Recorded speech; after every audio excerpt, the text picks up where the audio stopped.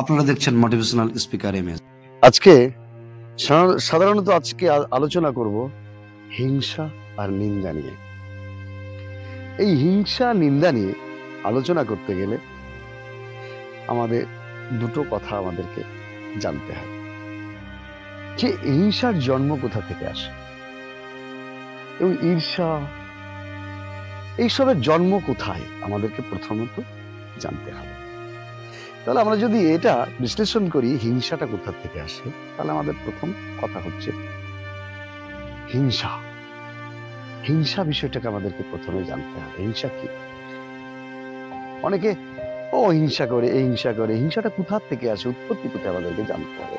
হিংসা বিষয়টা হচ্ছে কোনো মানুষের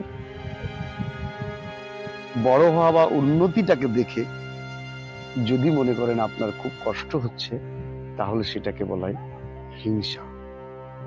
বুঝতে পারলাম কি? আমি জানি না, তবে এটাই ঘটে। কিন্তু কেন এটা হয়? কিন্তু এটার কিন্তু একটা ব্যাখ্যা আছে। হিংসা জিনিসটা ভালো যদি আপনি না দেখিয়ে, মানে আপনার কষ্ট হচ্ছে কিন্তু আপনি না দেখিয়ে যদি আপনি তার থেকে একটু বড় হন, তাহলে আপনি তখনই বুঝবেন যে আপনার ওই যে হিংসাটা হয়েছে, সেই হিংসাটা কিন্তু একটা কাজে অ্যাপ্লাই করলেন এবং যাকে দেখে আপনার মনে কষ্ট হচ্ছিল তার থেকে আপনি বড় হয়েছেন।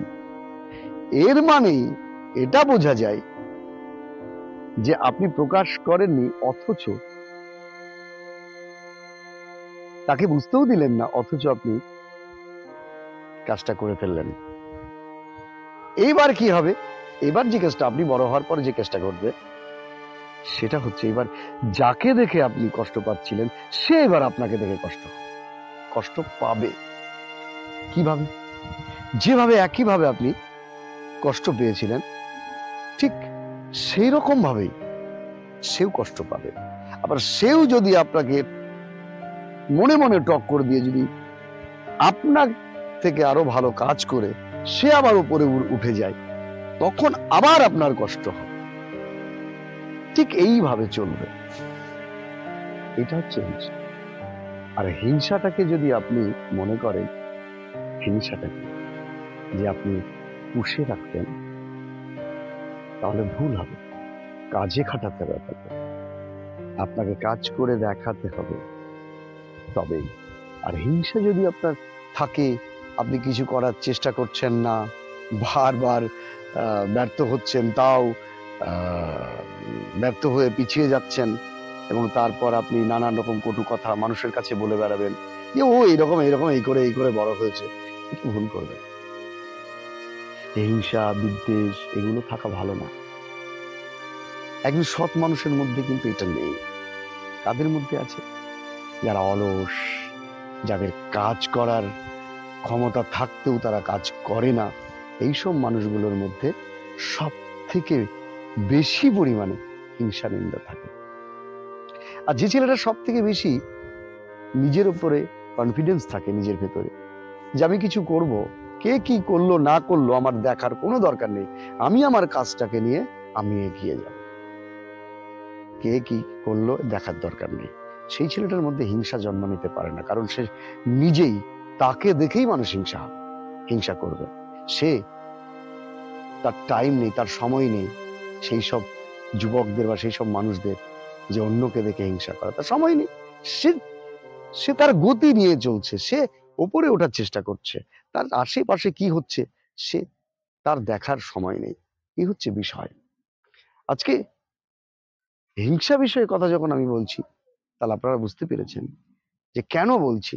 বর্তমানে এই হিংসা বিদ্বেষটা সবচেয়ে বেশি বেড়ে গেছে।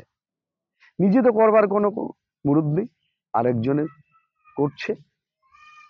তার গ্রাম বাংলার একটা কথা আছে, শুনবেন, পিন দেওয়া, এই পিন দিচ্ছে যে না এটা করে কি হবে, এটা করে কি হবে, এই ব্যাপার। বড় বড় কাজগুলো করতে গেলে এইরকম হয়। এই হচ্ছে ব্যাপার। যাই হোক, একটা আকাশে প্লেন যাচ্ছে মনে হচ্ছে, দারুণ শব্দ শোনা যাচ্ছে। দেখুন, ওই যে আকাশে প্লেনটা যাচ্ছে, ওই প্লেনের মধ্যে যেসব ভদ্রলোকরা যাচ্ছে তারা কিন্তু তাদের কিন্তু অ্যাম্বিশন আছে, তারা এক জায়গায় তার এক জায়গায় যাচ্ছে। নিশ্চয়ই কেউ ওই প্লেনের মধ্যে যারা আছে তারা কিন্তু কেউ কমা নয়, কেউ কাজের উদ্দেশ্যে যাচ্ছে, কেউ ব্যবসার উদ্দেশ্যে যাচ্ছে, কেউ চিকিৎসার উদ্দেশ্যে যাচ্ছে, মানে নানান ভাবে। কিন্তু একটা সত্যি কথা, ওই প্লেনটাই যারা আছে তারা কিন্তু কেউ কমা নয়। যাই হোক, এই টপিকের মধ্যে এটা ছিল না, হঠাৎ করে আওয়াজটা এলো তাই বললাম। ভালো থাকবেন সবাই, সুস্থ থাকবেন। বরাবরের মতো আবার বলি, আপনারা ভালো থাকবেন এবং মোটিভেশনাল স্পিকার এমএস কে আপনারা এগিয়ে রাখবেন, পাশে থাকবেন, লাইক কমেন্ট সাবস্ক্রাইব করে পাশে থাকবেন। ধন্যবাদ সবাইকে, নমস্কার।